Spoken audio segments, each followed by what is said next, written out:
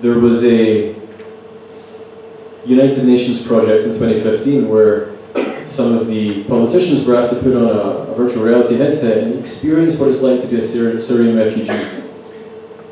And from the reports, the results were pretty outstanding. Can virtual reality actually give us deeper understandings of people's situations?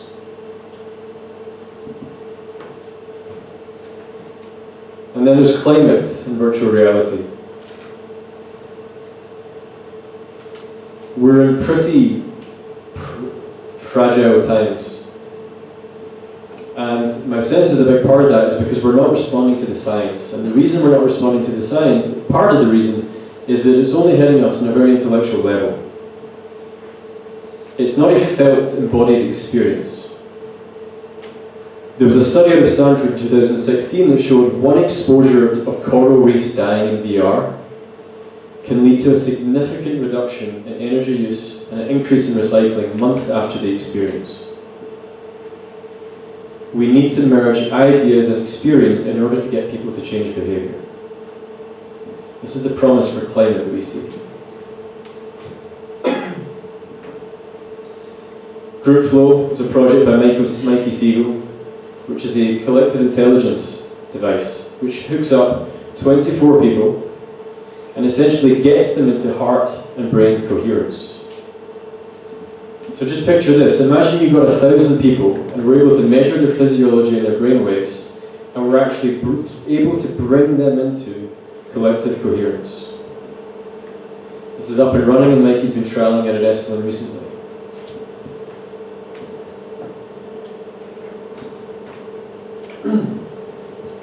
And who has heard of PNSE or fundamental well-being?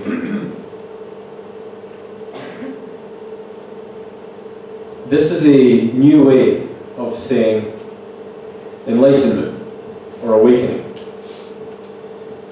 Now, this isn't a device per se, but I just want to show you, if you haven't heard of it, what some of the latest science is saying in terms of what awakening and transformation actually looks like in the human experience. So, Dr. Jeffrey Martin, who co-founded the TransTech Lab, he started studying enlightenment about 1,200 years ago. Very well did. About 12 years ago, on about 1,200 participants. And over the last 12 years, he's developed an amazing database of people who claim to have woken up. He's calling that in the science persistent non-symbolic experience, and now fundamental well-being. And he's developed a 4-month course called Finder's Course, in which 70% of people who do the course are reporting to have transitioned into one of the locations in his continuum of awakening. And so this is the thing about this space. A lot of this stuff around spirituality and awakening is really mystical and mystifying, and people think it's never going to happen to me. What the science is showing is that it actually can. And we're curious, how can technology support that? Who here has heard of Sophia the robot? Yeah. So Sophia the robot got citizenship from Saudi Arabia last year. And she's made by a guy called Ben Gertzel at Hanson Robotics. And one of our advisors, Julian Losbridge, came up with this idea. Is it possible to program an artificial intelligence with unconditional love? Anyone get quirky at that idea? Get uncomfortable? So Julia and Ben have set out on this mission to embed love into AI. The thing is that AI doesn't actually have to feel love, but if you are feeling loved by the AI in their presence, this can have really, really significant therapeutic outcomes. And for what I hear from people in the space, is they are really blown away, even in the technology at this stage, for how they feel when interacting with Sophia when she has the software embedded.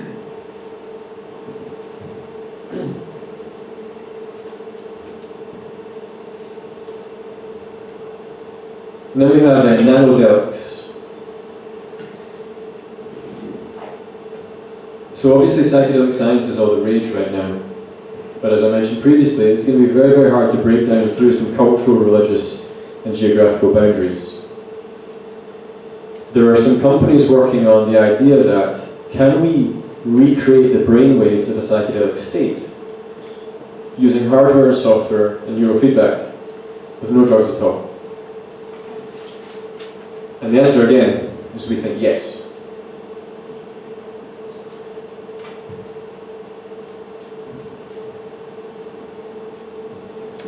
So none of these interventions are perfect.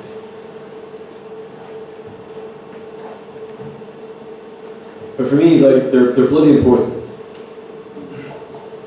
Like AI is getting more and more powerful, but how is AI funded predominantly by the military? And so this is how I feel the duality of how this evolution process works, is that as we expand our capacities to do harm, we actually must simultaneously expand our capacities to do good. Not enough people are talking about how technology can do good for humanity in the most fundamental way.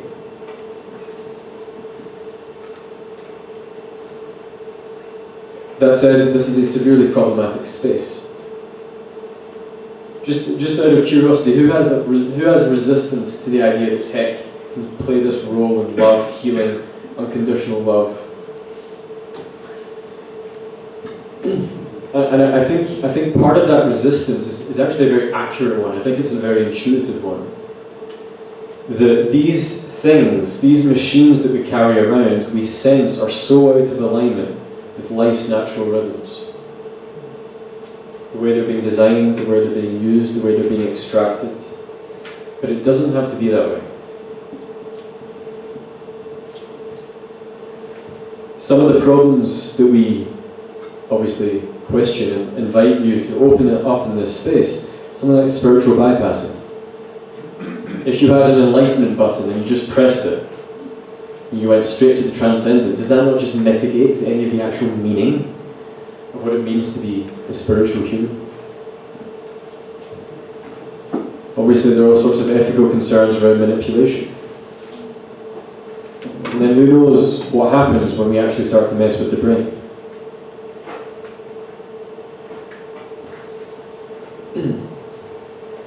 But I wanted to, so this is just a really brief introduction to this space. I wanted to show you guys what we're up to in San Francisco, what the greater overview of the inputs and the outputs are, what's actually coming out at the forefront of innovation in Silicon Valley. But for me, this is the most important piece. Is that why on earth are we doing this? Well, point one is, tech is ubiquitous. So say this differently, if we have a device everywhere in the world that is actually re-traumatizing us, making us addicted, it's basically the equivalent of dropping bags of cocaine in every single community around. Tech is ubiquitous. And if we do not align it with deeper principles, we're screwed. And a very good way to think about this is the second piece here, which is one of Daniel Schmachtenberger's favorite points. As Homo sapiens, right, we began with stones, and we used to kill each other with stones. Back when we were Neanderthals and before that. And then what happened? What did stones turn into? Turn into like knives. And then what did knives turn into? Guns. What did guns turn into? Tanks. Tanks into armies. Armies into intercontinental missiles. And then suddenly, guess what? We created nukes.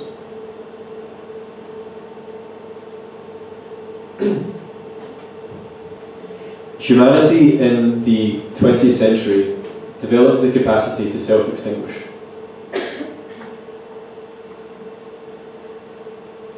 This has not been a problem until now, because these have been highly, highly regulated.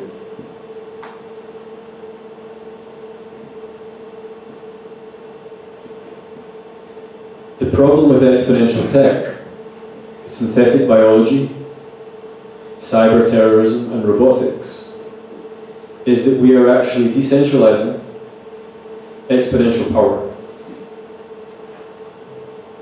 We saw the Iranian drone strikes, ostensibly Iranian drone strikes on Saudi facilities recently.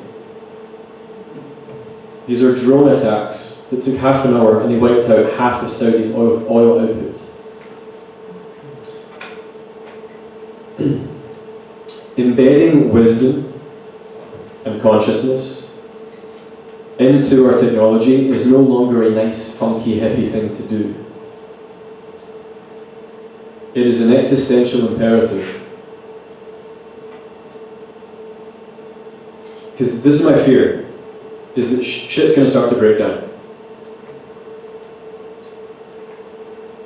And if the 20th century is anything to go by, when shit breaks down and conditions get hard, we humans have a capacity and a tendency towards barbarism. If we have exponential power with linear wisdom, and this power, every man and their dog has access to it, all you need is for one non-state actor to do a bad thing, and the whole species goes extinct. And I call this the existential imperative of wisdom.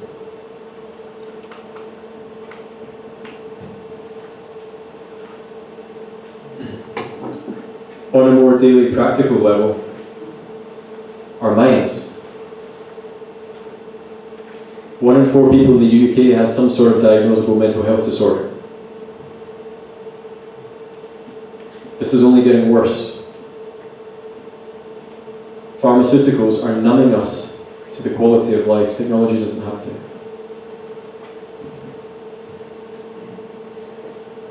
And so I'm going to leave you with this. We have Paleolithic emotions, medieval institutions, and God-like technology.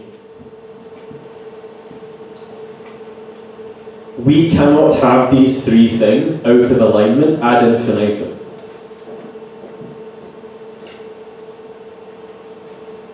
We can't keep playing limbic system amygdala monkey games in the presence of exponential tech. And so my invitation is, the most important synthesis of the 21st century is to merge these deeper human values with technology itself, so that we can heal, so that we can come closer into connection with ourselves and each other, and so that we can avoid some of the catastrophic potentialities that exponential tech might bring.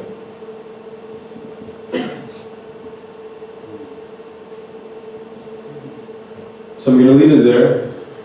This is the start of the London community. We're in almost 50 cities around the world. And really what this is we want people to gather and talk about these things. We've had beautiful partnerships emerge from this. We've had beautiful businesses emerge from this space. We need to trust in the collective coherence in the field, that if we have the right hearts, minds and guts together in the same place, something more beautiful will emerge. And this is the invitation today, is come into this community, welcome. It's going to happen monthly in London. And thank you. Thank you for coming and feeling the significance of this intersection. Enjoy the rest of the evening.